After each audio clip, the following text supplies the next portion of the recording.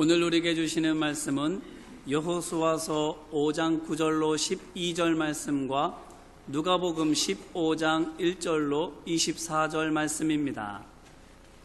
오늘 우리에게 주시는 말씀은 여호수아서 5장 9절로 12절 말씀, 누가복음 15장 1절로 24절 말씀입니다. 먼저 여호수아서 말씀 봉독하겠습니다. 여호와께서 여호수아에게 이르시되 내가 오늘 애굽의 수치를 너희에게서 떠나가게 하였다 하셨으므로 그곳 이름을 오늘까지 길갈이라 하느니라. 또 이스라엘 자손들이 길갈에 진쳤고 그달 14일 저녁에는 여리고 평지에서 유월절을 지켰으며 유월절 이튿날에 그 땅의 소산물을 먹되 그날에 무교병과 볶은 곡식을 먹었더라. 또 그 땅의 소산물을 먹은 다음 날에 만나가 그쳤으니 이스라엘 사람들이 다시는 만나를 얻지 못하였고 그 해에 가나안 땅의 소출을 먹었더라. 아멘. 이어서 누가복음 말씀입니다. 모든 세리와 죄인들이 말씀을 들으러 가까이 나아오니 바리새인과 서기관들이 수군거려 이르되 이 사람이 죄인을 영접하고 음식을 같이 먹는다 하더라. 예수께서 그들에게 이 비유로 이르시되 너희 중에 어떤 사람이 양 100마리가 있는데 그 중에 하나를 잃으면 99마리를 들에 두고 그 잃은 것을 찾아내기까지 찾아다니지 아니하겠느냐. 또 찾아낸즉 즐거워 어깨에 메고 집에 와서 그 벗과 이웃을 불러 모으고 말하되 나와 함께 즐기자. 나의 잃은 양을 찾아내었노라 하리라. 내가 너희에게 이르노니 이와 같이 죄인 한 사람이 회개하면 하늘에서는 회개할 것 없는 의인 99으로 말미암아 기뻐하는 것보다 더하리라. 어떤 여자가 10 드라크마가 있는데 하나를 잃으면 등불을 찾고 집을 쓸며 찾아내기까지 부지런히 찾지 아니하겠느냐. 또 찾아낸즉 벗과 이웃을 불러 모으고 말하되 나와 함께 즐기자. 이런 드라크마를 찾아내었노라 하리라. 내가 너희에게 이르노니 이와 같이 죄인 한 사람이 회개하면 하나님의 사자들 앞에 기쁨이 되느니라. 또 이르시되 어떤 사람에게 2 아들이 있는데 그 둘째가 아버지에게 말하되 아버지여 재산 중에서 내게 돌아올 분깃을 내게 주소서 하는지라. 아버지가 그 살림을 각각 나누어 주었더니 그 후 며칠이 안 되어 둘째 아들이 재물을 다 모아가지고 먼 나라에 가 거기서 허랑방탕하여 그 재산을 낭비하더니 다 없앤 후 그 나라에 크게 흉년이 들어 그가 비로소 궁핍한지라. 가서 그 나라 백성 중 한 사람에게 붙여 사니 그가 그를 들로 보내어 돼지를 치게 하였는데 그가 돼지 먹는 쥐염 열매로 배를 채우고자 하되 주는 자가 없는지라. 이에 스스로 돌이켜 이르되 내 아버지에게는 양식이 풍족한 품꾼이 얼마나 많은가. 나는 여기서 주려 죽는구나. 내가 일어나 아버지께 가서 이르기를 아버지 내가 하늘과 아버지께 죄를 지었사오니 지금부터는 아버지 아들이라 일컬음을 감당하지 못하겠나이다. 나를 품꾼의 하나로 보소서 하리라 하고 이에 일어나서 아버지께로 돌아가니라. 아직도 거리가 먼데 아버지가 그를 보고 측은히 여겨 달려가 목을 안고 입을 맞추니 아들이 이르되 아버지 내가 하늘과 아버지께 죄를 지었사오니 지금부터는 아버지 아들이라 일컬음을 감당하지 못하겠나이다 하나 아버지는 종들에게 이르되 제일 좋은 옷을 내어다가 입히고 손에 가락지를 끼우고 발에 신을 신기라. 그리고 살진 송아지를 끌어다가 잡으라. 우리가 먹고 즐기자. 이 내 아들은 죽었다가 다시 살아났으며 내가 잃었다가 다시 얻었노라 하니 그들이 즐거워하더라. 아멘. 봄을 맞이해서 좋죠. 그런데 봄만이 아니라 요즘에 미세먼지 때문에 봄을 봄으로만 맞이할 수 없는 안타까움이 있습니다. 아버지에 대한 이야기는 늘 좋은 이야기지만 지난 주간에 들어왔던 아버지에 대한 이야기는 그렇게 좋은 이야기만은 아닌 것 같습니다. 한 아버지가 아버지가 아내와 아들을 죽인 사건 알고 봤더니 1년 동안 월세를 못 내서 이사를 가야 되는데 아마 마음이 많이 속상했던 것 같습니다. 그런데 그 속상함이 너무 지나쳐서 그 30대밖에 안 된 남편이 자기 아내도 죽이고 아이도 죽이고 그리고 자기는 스스로 자해한 그런 사건이 벌어졌답니다. 원세상에. 연전에는 11살 아들이 아버지를 죽인 사건이 있었습니다. 알고 봤더니 아버지가 늘 엄마를 폭행했던 것 같습니다. 그날도 엄마가 조금 늦게 집에 저녁에 왔는데 아버지가 화를 내고 막 때리는 것을 보자 이 아들이 흉기를 휘둘렀던 그 흉기가 그만 급소를 질러서 아버지가 죽게 되었다고 하는 그런 뉴스였습니다. 그 아들이 말합니다. 그날도 엄마는 자기 아니었으면 엄마는 죽었을 거라고. 결국 아버지가 문제였습니다. 어그러진 아버지들의 모습, 이상한 아버지죠. 4차 산업사회가 되어져서 유망한 직업이 있고 유망치 않은 직업들이 있는데 유망한 직업은 인공지능이 들어오고 그래서 가장 유망한 직업 가운데 하나는 가상공간 디자이너가 가장 유망한 직업이랍니다. 그리고 기술윤리 변호사, 데이터에 관련한 직업들, 그건 유망한 직업들인데 앞으로 유망하지 않은 또 없어져야 될 직업도 있답니다.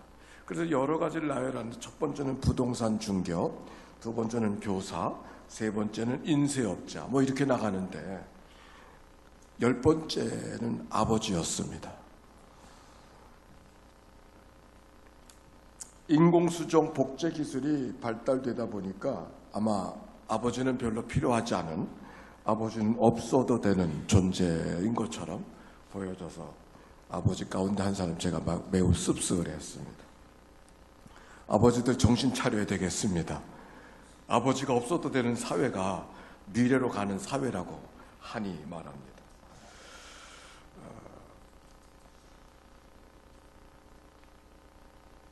오늘 성경에 있는 이야기 속에 아버지의 이야기를 하면서 오늘 소개하는 이야기는 탕자의 비유, 돌아온 아들의 비유입니다. 이 돌아온 아들에 대한 유명한 그림이 저 생페테르부르크 에미르타주 박물관에 렘브란트가 그린 그런 그림이 저 그림이었습니다. 근데 저 그림을 보면 누가 주인공인 것 같아요? 아들이 주인공 같아요? 아버지가 주인공인 것 같습니다. 등을 보이고 있는 아들, 그리고 앞을 보이고 있는 아버지.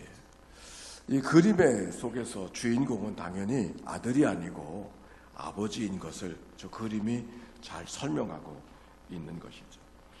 우선 우리 저 그림을 통해서 우리가 아버지의 마음을 배울 수 있는데 세 가지 마음을 배우려고 합니다. 첫째는 포기하지 않고 아들을 기다릴 아버지의 마음을 읽을 수가 있는 것이죠. 오늘 성경에 누가복음 15장 13절에 보니까 먼 나라에 갔다 이렇게 소개하고 있습니다. 먼 나라에 간 아들이라고 하는 의미는 멀리 갔다는 의미가 있는 것이 아니라 아마도 아들은 아버지 집을 떠날 때 내가 돌아오나 보자 그리고 떠나지 않았는가. 돌아올 길을 떠나지 않고 아예 상관하지 않은 아들이 되려고, 아버지와 상관하지 않으려고 작정하고 떠난 나라가 아들이 간 나라였음을 설명하고 있는 것이죠. 그러나 그 아들은 아버지를 떠났지만 아버지는 아들을 떠나지 못하고 이제나 저제나 아들을 기다리는 아버지. 아들은 아버지를 포기했지만 아버지는 아들을 포기하지 못하고 있는 것이죠. 저 렘브란트의 저 그림 속의 하이라이트는 아버지의 손이고 또 하나는 아버지의 눈입니다. 아들이 돌아왔는데 아들이 아들인가로 눈으로 확인하지 못하고 손으로 더듬고 있는 이야기는 아버지가 장님이 된 거예요. 그림을 설명하는 사람이 이렇게 설명합니다. 저 아버지는 눈물로 지새우면서 아들을 기다리다가 어느덧 눈이 멀어버려서 정작 아들이 돌아왔지만 아들을 바라볼 수 있는 능력을 잊어버려서 아들이 아들인가를 손을 더듬어서 확인하는 장면이 저 그림이라고 이야기해 주었습니다. 얼마나 아들을 향한 간절한 마음, 아니 포기하진 아버지의 마음. 북아현동에 제가 살다가 왔는데 서울에 거기에 배제를 나오는 사람이라고 자기를 소개하는 한 노인이 살고 있었습니다. 집이 많이 허름해져서 사람이 다 떠나는데 새로운 개발지로 가는데 강남으로 가든지 일산으로 가든지 근데 이분이 떠나질 못하는 거예요. 왜 그러시느냐고 하는 얘기를 묻기도 전에 그분이 이렇게 말했습니다. 지나간 한국전쟁 때 아들이 나쁘게 됐는데 그 아들이 돌아오면 어딜 가겠느냐고. 나는 지금 그 아들을 기다리고 있느라고 집을 떠나지 못하고 있다. 이게 아버지의 마음인 거죠. 쉽게 포기하는 사람들이 있습니다. 아니, 때때로는 자기도 자기를 포기할 때가 있습니다. 난 안 돼, 안 된단 말이야, 스스로 자학하고. 그런데 나도 나를 포기할 수 있어도 하나님은 결코 나를 포기하지 않는다는 사실, 아들을 포기하지 않은 아버지의 마음 속에서 우리가 읽어가야 되고 읽어갈 수 있는 말씀인 것이죠. 두 번째 이야기로 넘어가겠습니다. 있는 그대로 받아주는 아버지의 이야기입니다. 누가복음 15장 20절에 보니까 아직도 거리가 먼데 아버지가 그를 보고 측견히 여겨 달려가 목을 안고 입을 맞추었다. 그 아들이 어떤 아들입니까? 아버지 가슴에 못을 박은 아들이요, 아버지에게 해를 끼친 아들이 아닙니까? 그럼에도 불구하고 그를 있는 그대로 맞이해 주었다는 이야기, 아니 찾아 달려가서 목을 끌어안고 입을 맞추었다는 이 이야기 속에 그 아들의 몸에 얼마나 많은 냄새가 났을까? 그저 냄새를 끌어안는 것이 아니라 그 냄새를 끌어안는 이야기 속에 그 아들의 허물진 과거, 허물진 부끄러운 일들을 다 끌어안으시는 아버지의 마음을, 아버지의 모습을 읽어갈 수 있는 거죠. 그의 냄새나는 과거를 다 끌어안는 아버지의 이야기. 출애굽기를 읽어가다 광야 가운데 백성들을 이끄시는 하나님의 이야기를 읽어가면서 가장 은혜받았던 이야기 가운데 하나는 하나님이 어떤 기사와 이적을 베풀었다는 이야기이기보다 늘 그 하나님의 은혜 속에 살면서도 하나님 앞에 원망과 불평하는 그 백성들. 근데 성경은 이렇게 말합니다. 여호와께서 자기를 향하여 원망하는 그 백성들의 원망을 들으셨다 그랬어요. 좋은 소리와 찬양과 감사를 들으시는 것이 아니라 백성들의 원망과 불평과 투정도 하나님이 다 들으셨다. 원망도 들으신 하나님.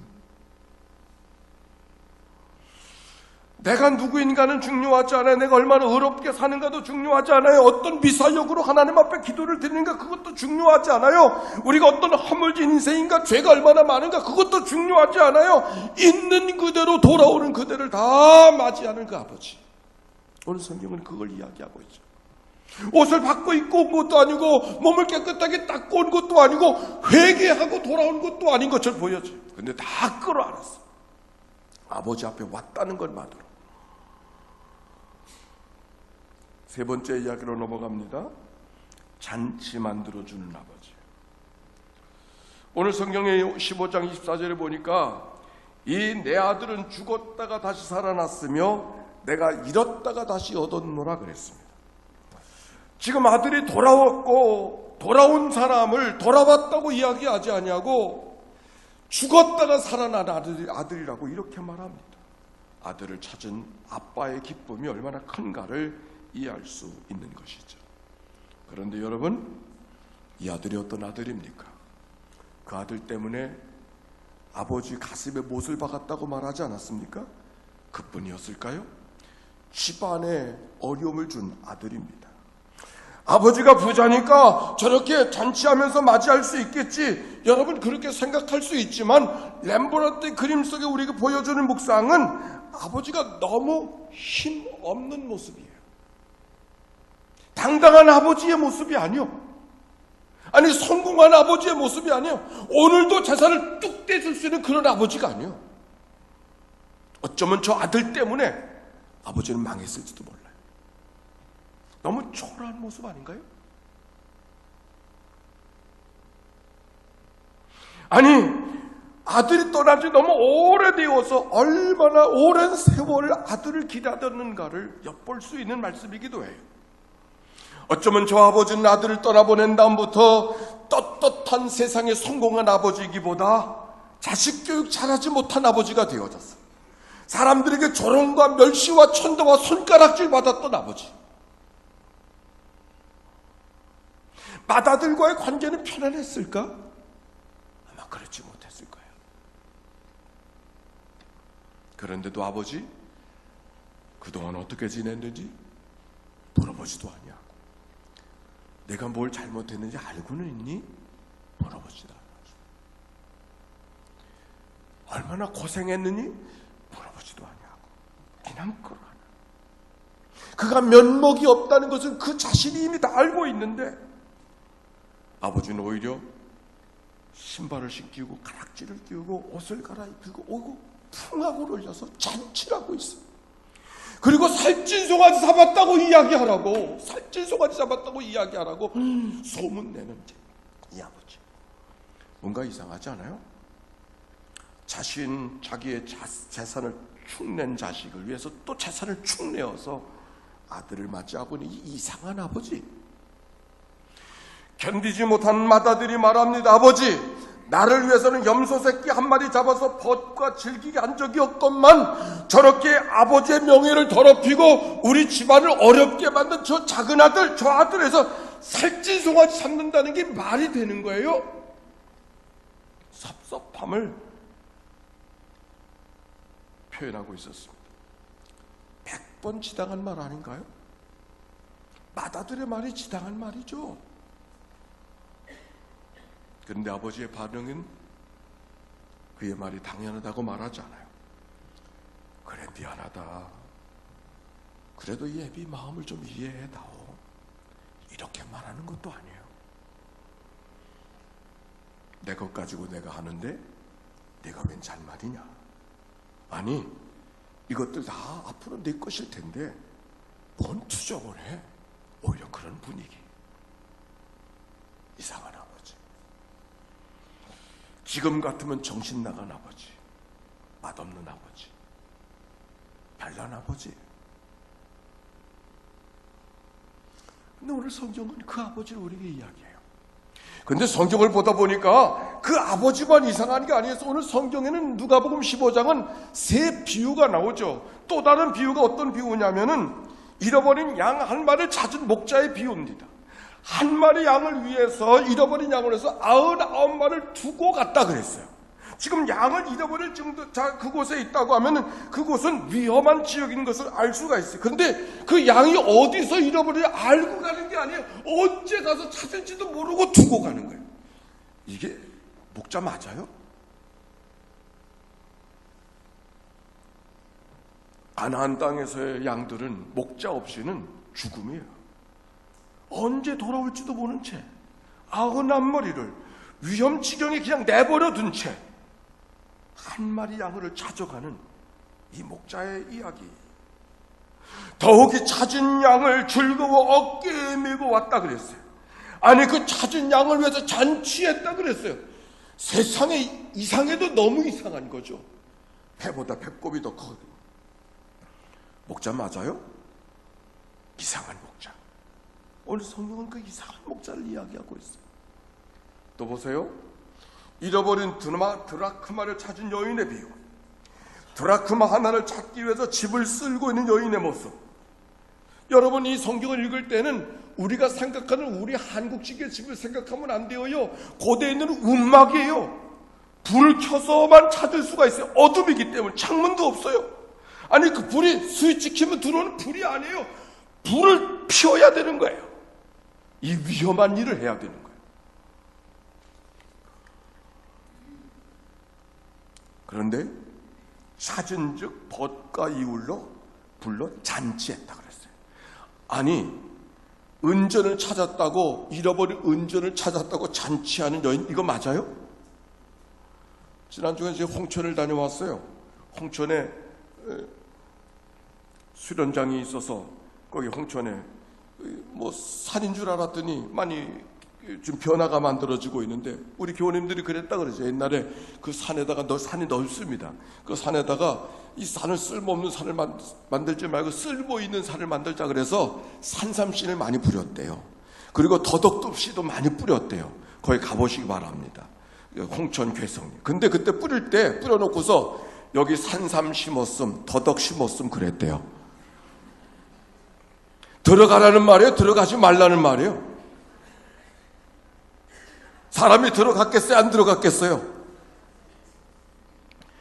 잃었던 은전을 찾았어요. 은전 꾸러미가 있다는 그 집에 소문이 났어요. 이거 소문 내야 되어요? 숨겨야 되어요?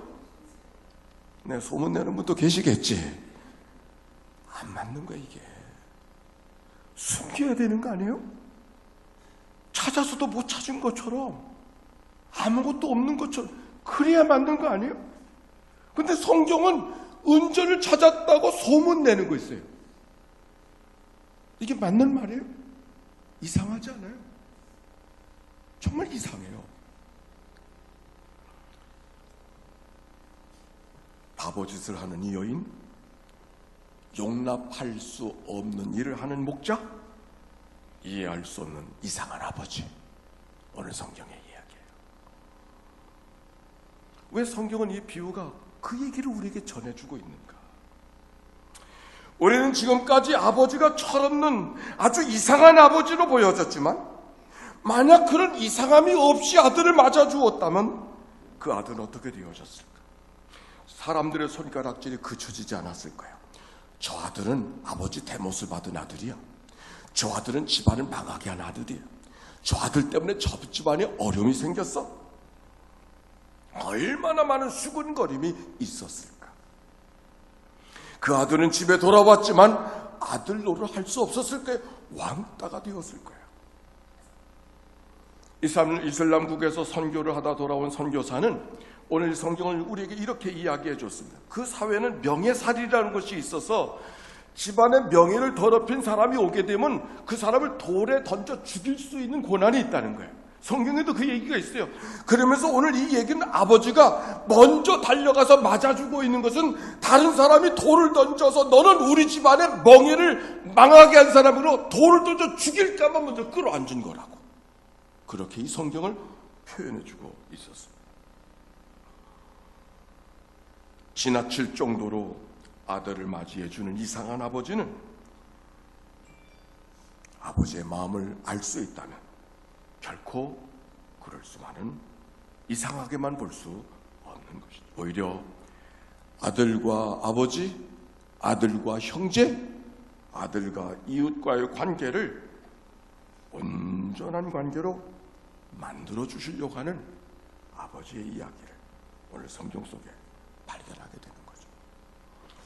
성경 속에 거라사에 귀신 들린 사람을 고쳐주는 예수님의 이야기를 우리가 기억합니다. 한 사람의 귀신 들린 사람을 고쳐주기 위해서 돼지 2,000마리를 갈리옷에 빠져 죽게 한 사건 말입니다.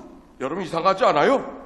굳이 고쳐주려면 고쳐주시지 뭐 남의 재산을 피해까지 주면서 고쳐주어야 되는가? 참 예수님 이상하다. 여러분 그게 아니에요. 귀신 들린 사람이 온전해졌어요. 누가 믿어줘요? 내가 온전했다고 누가 믿어줘요? 2,000마리의 재산, 돼지의 피해는 온전한 사람이 온전하게 되어졌음을 표현하는 증거요, 표징의 사건이 돼지 2,000마리가 되는 것이죠. 아버지가 이상한 거, 아버지가 이상하다는 소리를 들어가면서까지 아들의 온전함을 회복시켜 주시려고 하는, 아버지가 사람들에게 이상하다고 소문나는 건 사랑고 아랑곳하지 아니하고 온전히 아들을 아들로 회복시켜 주시려는 아버지의 마음이 오늘 성경을 통하여 읽혀지고 있는 것이죠. 사막의 수도자 마카리우스의 이야기가 있습니다. 이집트 근방 수도원에 살고 있는 그 마카리우스가 마을에 사는 처녀 한 사람이 임신했다는 소문이 들리게 되어졌습니다. 무슨 소문인지 어떤 동네 사람들이 그 소녀에게 처녀에게 추궁을 하니까 궁지에 몰린 처녀가 하는 말이 모면하려고 한 말인데, 이 아기 아버지는 마카리우스라고 아무도 믿어줄 거라고 생각하지 않았는데 이것이 소문이 되기 시작했습니다. 여론의 몰매가 존경스러운 마카리우스에게 임하게 되어졌고 손가락질 받게 되어졌습니다. 여론이라는 것은 늘 그렇듯이 이상한 소문 속에 결국은 마카리우스는 그곳을 함께 머물러 있을 수가 없게 되어졌었습니다. 아무런 변명 없이 그동안 노동으로 모았던 돈을 처녀에게 건네주면서 아기 잘 키우라고 말 한마디를 남겨놓고 수도원을 떠나게 됩니다. 처녀가 해산할 날이 되어졌습니다. 극심한 진통이 시작되어졌는데 이상하게 아기가 나오지 않는 것이었습니다. 그제서야 산모가 실토했답니다. 사실은 마카리우스가 이 아기의 아버지라고 이야기한 것은 거짓말이었다고. 어쩔 줄 모르는 동네 사람들, 마카리오스를 찾아가서 용서를 구하고 다시 수도원에 오셔야 된다고, 우리가 잘못했다고, 우리가 알지도 못하고 손가락질했다고. 그러나 이미 상처를 입을 대로 입었던 마카리오스, 사막의 동굴에 은거하게 되어졌고, 그리고 그들의 요청을 정중히 사양하며 그가 들어간 사막을 떠나지 않았다고 합니다. 그래서 마카리오스는 사막의 수도사가 평생 되었다는 이야기가 전승되고 있습니다.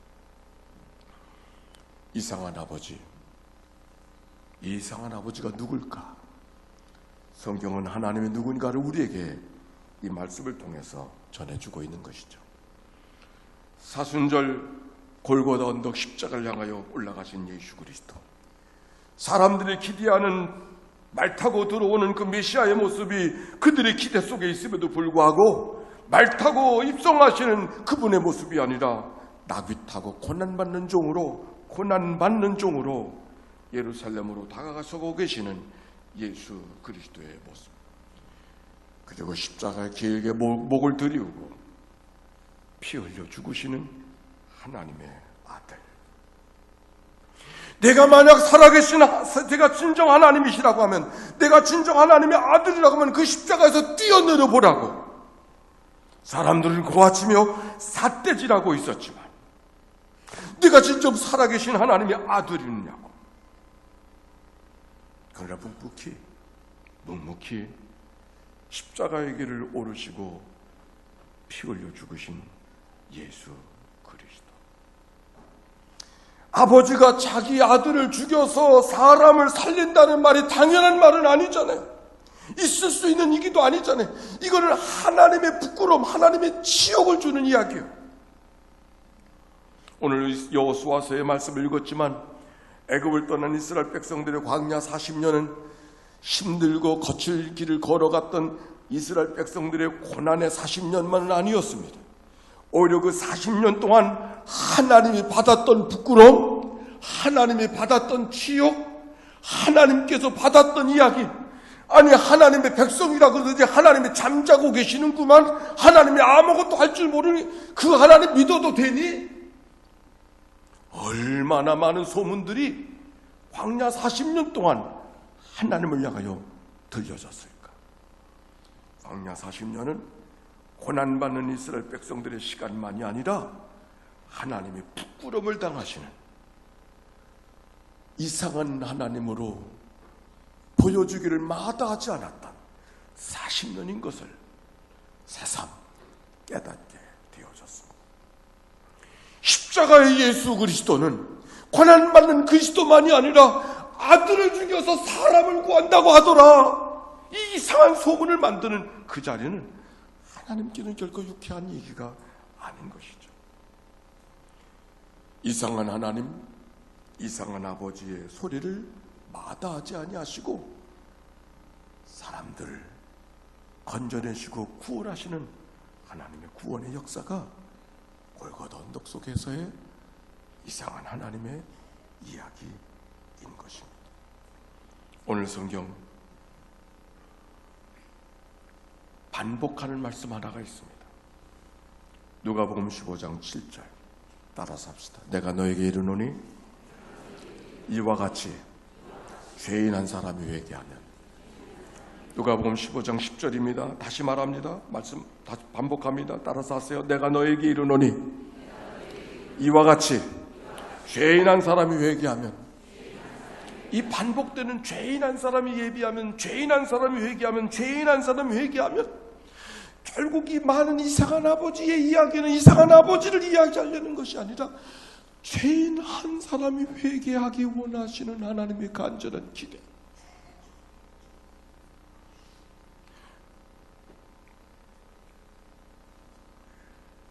송명희의 글 속에 이런 글이 있습니다. 이 땅에 많은 사람이 있어서가 아니라 나 한 사람만 있어도 마국간에 오실 주님. 이 세상에 70억의 인구가 있어서가 아니라 나 한 사람만 있어도 십자가에 죽으실 그 주님. 이 세상에 많은 사람이 있어서가 아니라 나 한 사람만 있어도 다시 오시면 약속하신 대로 다시 오실 그 주님. 주님을 찬양한다. 사순절, 여러분에게 사순절은 어떻게 다가오는가요? 고난받았던 예수 그리스도의 모습만이 아니라 고난받는 예수 그리스도 피 흘리는 예수 때문에 하나님이 이상한 하나님, 이상한 아버지로 보여졌다. 그 하나님의 마음을 받아들이고 용납할 수 있고 그 하나님을 내 가운데 맞아들일 수 있는 이 계절, 세일의 기도를 통해서 묵상집을 앞에 썼던 글에 그런 글을 썼습니다. 호세아서를 읽어가게 되어지는데 집 나간 고멜을 데려와 다시 아내로 맞이하는 호세아가 그 아내 다시 돌아온 그 호세아에게, 고멜에게 이렇게 말합니다. 이제는 날 떠나지 말고 나와 함께 살아다오. 누가 누구에게 사정을 해야 되나요? 누가 누구에게 사정을 해야 돼? 그런데 호세아가 고멜에게 하소연을 합니다. 제발 나하고 좀 살아다오. 제발 나하고 좀 살아다오. 나는 그 묵상 속에 우리가 내가 하나님 기도할 테니까 하나님 준비하세요, 이런 마음으로 출발합니까? 아니, 하나님이 우리들에게 사랑을 구하는, 우리가 하나님께 사랑을 구하는 것이 아니라 하나님이 우리에게 사랑을 구하는 이 계절, 2019년 사순절이 제게 주는 묵상입니다. 우리가 다 죄인이었을 때 그리스도께서 우리를 위하여 죽으심으로 하나님께서 우리에게 대한 자기의 사랑을 확증하셨느니라. 이상한 아버지 되는 것을 마다하지 아니하시고 한 영혼을 구원하시려고 오늘도 못난 아버지, 불편한 아버지, 이상한 아버지가 되신 그 아버지 속에 나를 향한 하나님의 사랑이 있음을 기억하고 그 사랑이 하나님께 마음을 여는 사순절, 이 계절이 되어지시길 주의 이름으로 축원합니다.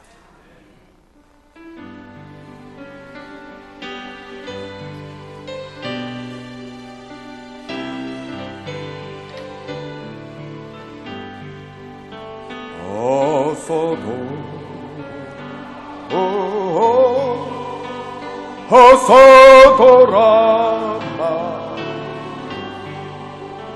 지은 죄 무겁고 그 뒤로 주 얻지 못한 당하고 못 받으시리요. 우리 주의 넓은 가슴은 하늘보다 넓고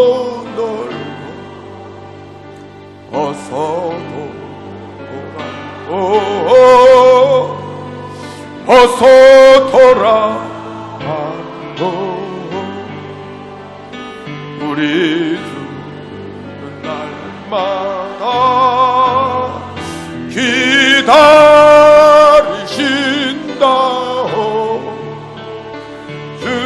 주가담을 열어놓고 마음 졸이시며 나간 자 오기만 밤새 기다리시다. 어서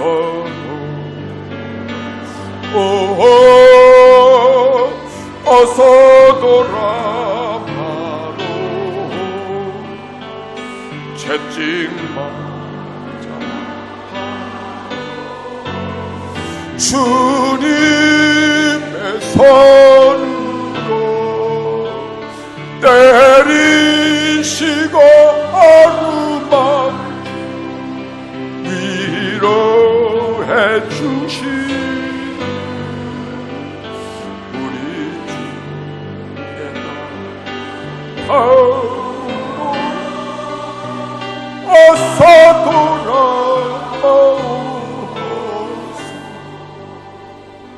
기도합시다. 십자가 앞에서 무덤덤해졌나요?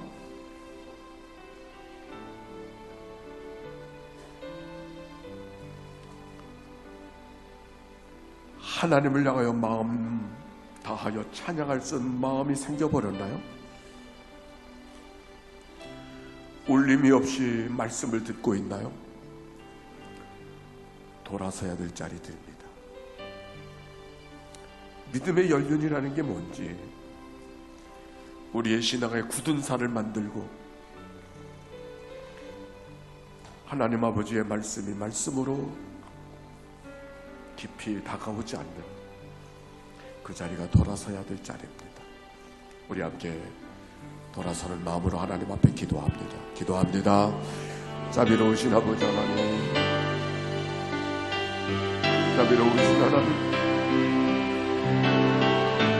지나간 아들을 기다리시는 아버지, 오늘도 기다리고 또 기다리고 또 기다리고 죄인한 사람을 기다리시는 아버지, 오 주님,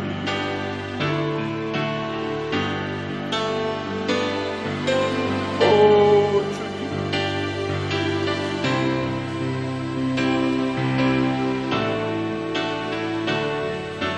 하나님,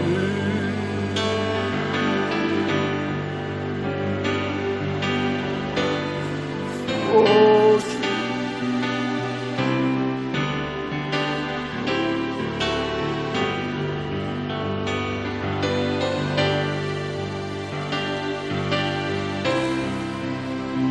오 주님,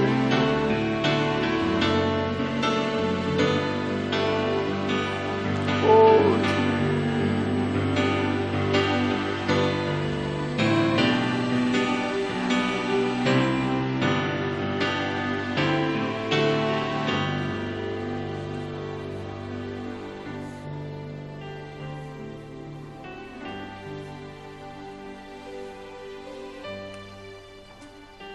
하나님 아버지, 집 나간 아들을 기다리는 아버지의 마음속에 나를 향한 하나님의 마음이 담겨 있는 줄로 믿습니다. 이상한 아버지로 여겨지는 걸 마다하지 아니하시고 아들을 끌어안으시고 아들의 미래를 염려하시는 아버지, 내가 돌아오기를 기다리는 하나님 아버지인 줄로 믿습니다. 그 하나님 품에서 걸어가는 이 계절이 되게 해 주시옵소서. 그 하나님의 품을 봄처럼 맞이하는 이 계절이 되게 해 주시옵소서. 절로 찬송하고 기쁨으로 노래하며 은혜로 살아가는 이 계절이 되도록 인도하여 주옵소서. 몸이 아파 병상에서 주일을 맞이하는 식구들을 긍휼히 여겨 주옵소서. 군문에서 주일을 맞이하는 자녀들을 축복하여 주옵소서. 특별한 기도 제목 갖고 나와 하나님 앞에 기도하는 종들의 기도를 연락하여 주옵소서. 결혼을 앞두고 있는 가정 속에 하나님의 은총이 임하게 하여 주시옵시고, 중환자실에서 고통 속에 있는 사랑하는 식구들을 기억하는 가족들의 마음을 긍휼히 여겨 주옵소서. 오늘도 우리들의 예배를 받아주신 줄로 믿고 예수 그리스도의 이름으로 기도하옵나이다. 아멘.